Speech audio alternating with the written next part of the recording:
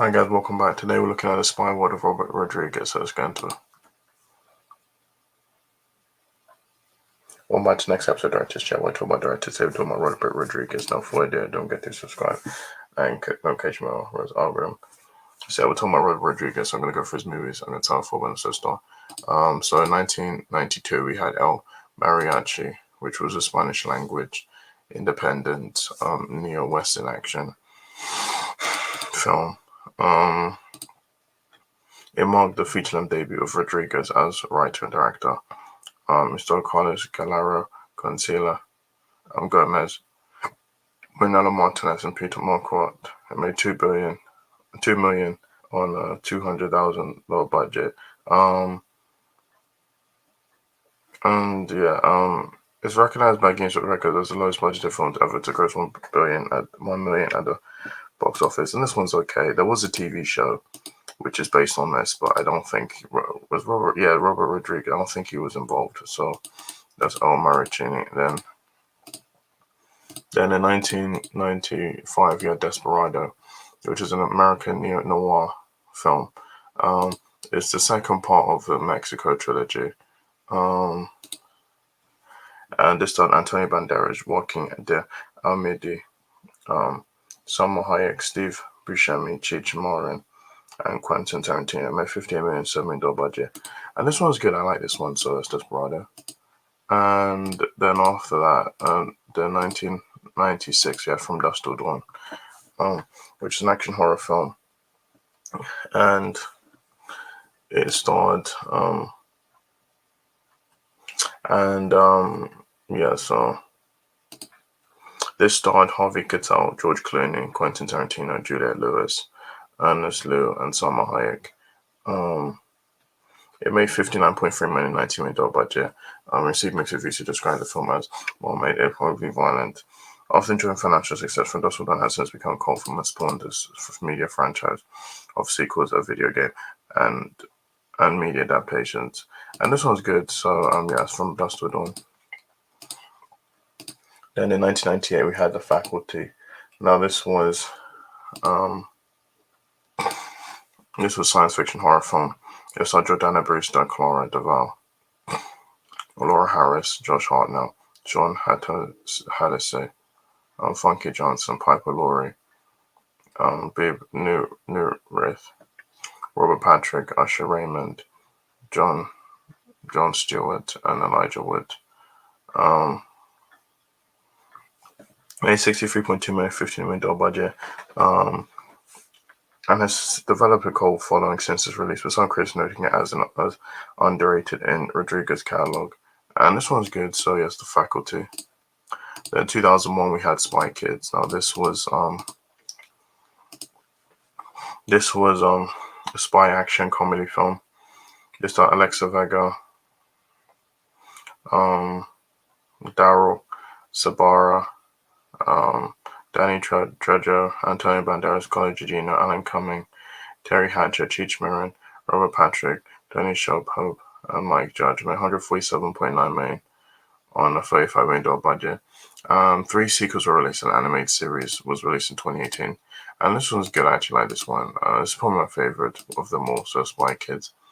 Then in 2002, we had Spy Kids 2, the Island of Lost Dreams.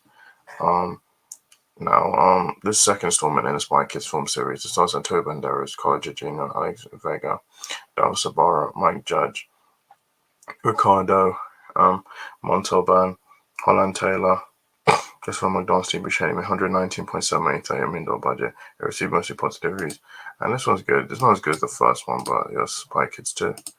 Then in 2003, we had Spy Kids 3D Game Over. It's the third.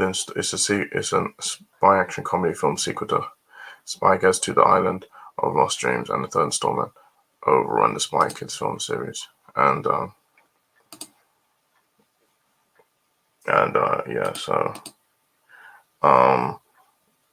it starred Antonio Banderas, Carla Gugino, Alexa Vega, Daryl Sabara, Elijah Wood, Ricardo Montalban, Holland Taylor, Sylvester Stallone, Mike Judge.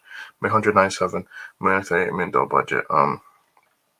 Despite mixed negative reviews, it became the highest-grossing film in the series. Though this was initially intended to be the final installment in the franchise, it was eventually followed by a fourth film, Spy Kids All the Time in the World. And this one is okay. So Spy Kids 3D Game Over. Then also in 2003 we had Once Upon a Time in Mexico, which is which is a neo-action Western action film, and it's a sequel to Desperado and the third installment in the Mexico trilogy. It starred Antonio Banderas, Salma Hayek, Johnny Depp, Mickey Rourke, Eva Mendes, Danny Trejo, Enrique Iglesias, Marco Leonardo, Cheech Marin, Ruben Blades, and Willem Dafoe. It made $98.8 million, $29 million budget. And this one was good.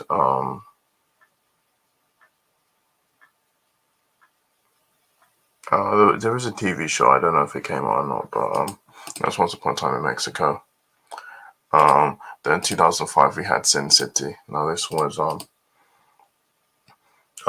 a neo-noir crime anthology film. It's based on Miller's graphic novel of the same name. It starred Jessica Alba, Benicio del Toro, Brittany Murphy, Clive Owen, Mickey Rourke, Bruce Willis, Elijah Wood, $158.7 million, $40 million budget. It was a wide critical and commercial success, gathering particular recognition for the film's unique color processing, which rendered most of the film black and white, or retaining uncolorful selected objects.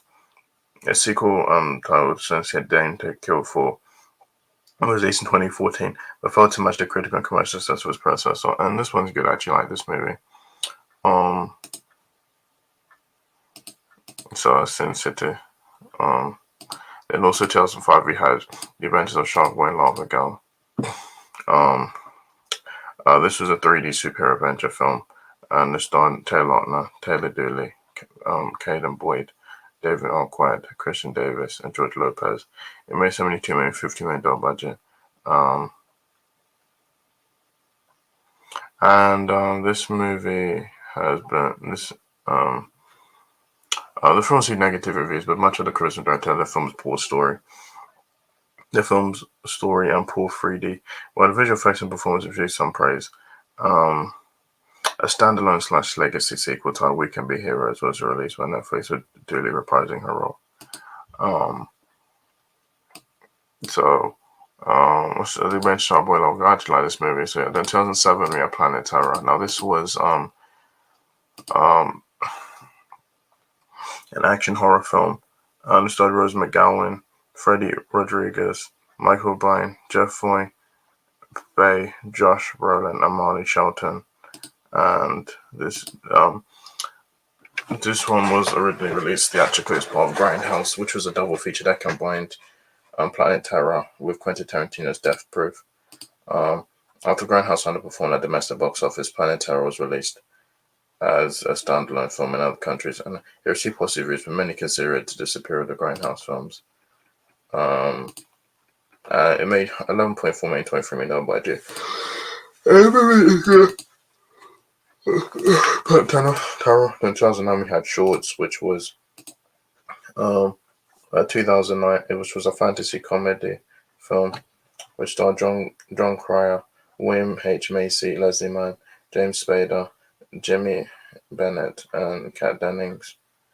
It made $29 million on a $20 million budget, and this movie is good. It's okay. So that's Shorts. The 2010 we had Machete. Now this was an exploitation action film based on the eponymous character from the Spy Kids franchise. It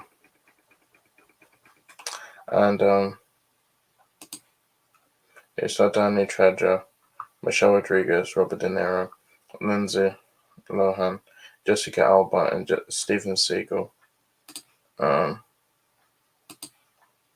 It made $44.1 million on a $10 million budget, $2.5 million budget. Now this was okay. I think it had positive reviews. So that's Machete. Then in 2011 we had Spy Kids All the Time in the World, which was It's the fourth and final installment in the original Spy Kids film series and it's a standalone sequel to 2003's Spy Kids 3D Game Over. This starred Rowan Blanchard, Mason Cook, Jessica Alba, Joel McHale, Alex Vega, Del Sabara, Ricky Gervais, and Jeremy Piven. It's up $85.6 million, $27 million budget. It's the first film without the participation of Antonio Banderas and Carla Gugino, and not to be produced by Miramax Films. This was also released in 4D. The film uses aeroscope, which allows audiences to smell odors and aromas from the film via scratch and sniff. Cards reminiscent to Rugrats Go Wild. This received negative reviews. I actually like this movie. There was going to be a cancelled movie. However, it was delayed and it was cancelled. So we have an anime series. We will be getting a reboot starring Zachary Levi and Michelle Rodriguez. That's going to be on Netflix. I know when that's coming out. So I like this movie. So Spy Kids all the time in the world. Then in 2013 we had Machete Kills, which was it's just based on the character by Spy Kid from the Spice franchise, sequel to Machete, the third film, on a fake trailer in Grindhouse. It received mostly negative reviews, with critics citing the overuse of plot points, poorly produced CGI, and the outplay science fiction elements. It starred Tony Treasure, Michelle Rodriguez, Sophia Vergara, Vanessa Hudgens, Amber Heard, Antonio Banderas, Cuba Gooding Jr., Walt Goggins, William Sadler, Demaine Burge, and Mel Gibson. It made $17.5 million on a $20 million budget. This one is not as good as the first one, so it's Machete Kills. Then in 2014 we had Sin City, A Dame to Kill For, which was an action crime anthology film and a follow to the 2005 film Sin City. Its script is written by Miller and is primarily based on the second book of the series, by Miller, A Dame to Kill For.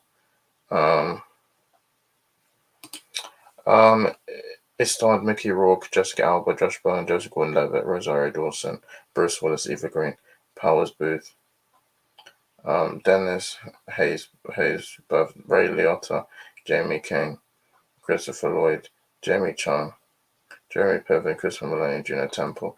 It made $39.4 million, $65 million budget. This movie, it received mixed reviews and it was a box office bomb. I actually like this movie. There was talks about a sequel, but I think plans for a sequel are most likely cancelled due to the bad reception. There's been talks of a TV series, which I wouldn't mind a TV series. I actually like this movie. Then in 2019, we had Alita Battle Angel, which was a cyberpunk action film based on Yukito Kershaw's Magna of the same Magna series and Garment. This stars Rosa Salazar, Christopher Waltz, Jennifer Connelly, Mahershala Ed Skrein, Jackie L. Haley, and Kean Johnson. It made $405 million, $150 to $200 million budget, making it Rodriguez's highest-grossing film, and received praise from critics for action sequences, visual effects, and Salazar's performance. While the screenplay was criticized, there's been talk of a sequel ever since the movie came out, but this was actually the last movie released by 20th Century Fox before Disney took over. There's been talks of there being a sequel. Fans are even asking for a sequel, which I think a sequel is in development as of since April 2023. And Rodriguez has come back with Salazar, and I love this movie. This is probably one of my favorite Rodriguez movies. I just love this movie, and I can't wait for the sequel. So it's Live by Angel. Then in 2020, also in 2019, we had Red 11, which was a science fiction horror film. It starred Roy Attal, Lauren Hatfield, Alexandra Rose Garcia, Eamon Esfanti, Dave Brudniak, Brittany Heinborn, Piers Foster Bailey, Catherine Willis, Osis Montana, Carlos Gallardo, Inmate. This movie received mostly negative reviews. So that's Red 11. Then in 2020, we had We Can Be Heroes, which is a superhero film. It's both a standalone and legacy sequel to 2005 film The Adventures of Shark Boy and Lava Girl. It starred Yaya Gosselin, Lion Daniels, Anthony Walken, Harley Finlay, Lotus Blossom, Dylan Henry Law, Andrew Diaz, Azai Russell Bailey, Akira Abkar, Nathan Blanc, Vivian Lydia Blanton, Piranha Chomper Jones, and yeah, Taylor Dooley reprises her role. Um, yeah, this is good. There's been talks of a sequel. I think a sequel's happening as We Can Be Heroes. Then 2021 we had Happily Happier Than Ever, A Love Letter to Los Angeles, which is a concept film, and it stars Billie Eilish, and this was released on Disney Plus 2021, and critics praised its performances, which they felt were similar or better quality compared to some studio versions, as well as animation and setting. And I actually like this movie. This is good. You can check out Disney Plus.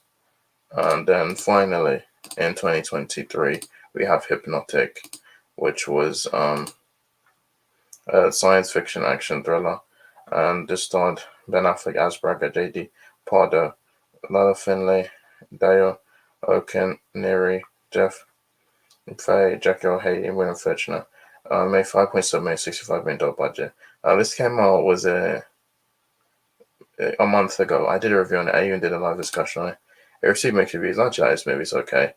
And now, yeah, so Robert Rodriguez has two more movies coming now. He has Spy Kids Armageddon, which is a reboot of the Spy Kids franchise, which will release somewhere in 2023 on Netflix. And then we have a movie called 100 Years, which is going to be released in 2115, 92 years' time, which is basically an experimental film, like a time capsule film, starring John Marcos. I'm looking forward to that. I won't be here if it comes out. So that's Robert Rodriguez. I like one of his movies. I don't think he's done a bad movie, some good movies. So that's it. That's the Spy with Robert Rodriguez. So you guys can watch my videos for next one. Bye.